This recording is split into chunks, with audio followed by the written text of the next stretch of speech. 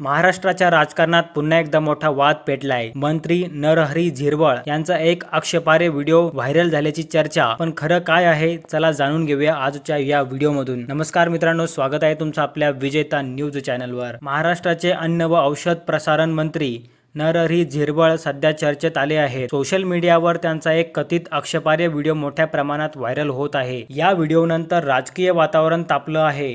काँग्रेसचे प्रदेशाध्यक्ष हर्षवर्धन सपकाळ यांनी झिरवळ यांच्या राजीनाम्याची मागणी केली आहे। यामागचं कारण काय, तर काही महिन्यापूर्वी झिरवळ यांच्या कार्यालयातील एका लिपिकाला लाच घेताना पकडण्यात आलं होतं। त्यावेळीही विरोधकांनी प्रश्न उपस्थित केले होते आणि आता हा व्हिडिओ समोर आल्यामुळे विरोधकांनी पुन्हा एकदा आक्रमक भूमिका घेतली आहे। पण इथे एक महत्त्वाचा प्रश्न उभा राहतो, हा व्हिडिओ खरा आहे का की तो एडिट केलेला आहे? कारण सोशल मीडियावर अनेक वेळा अफवा आणि खोटे व्हिडिओ देखील व्हायरल होतात। त्यामुळे कोणतीही गोष्ट तपासून पाहणं खूप गरजेचं आहे। जनतेमध्ये देखील या प्रकरणावर विविध प्रतिक्रिया पाहायला मिळत आहे।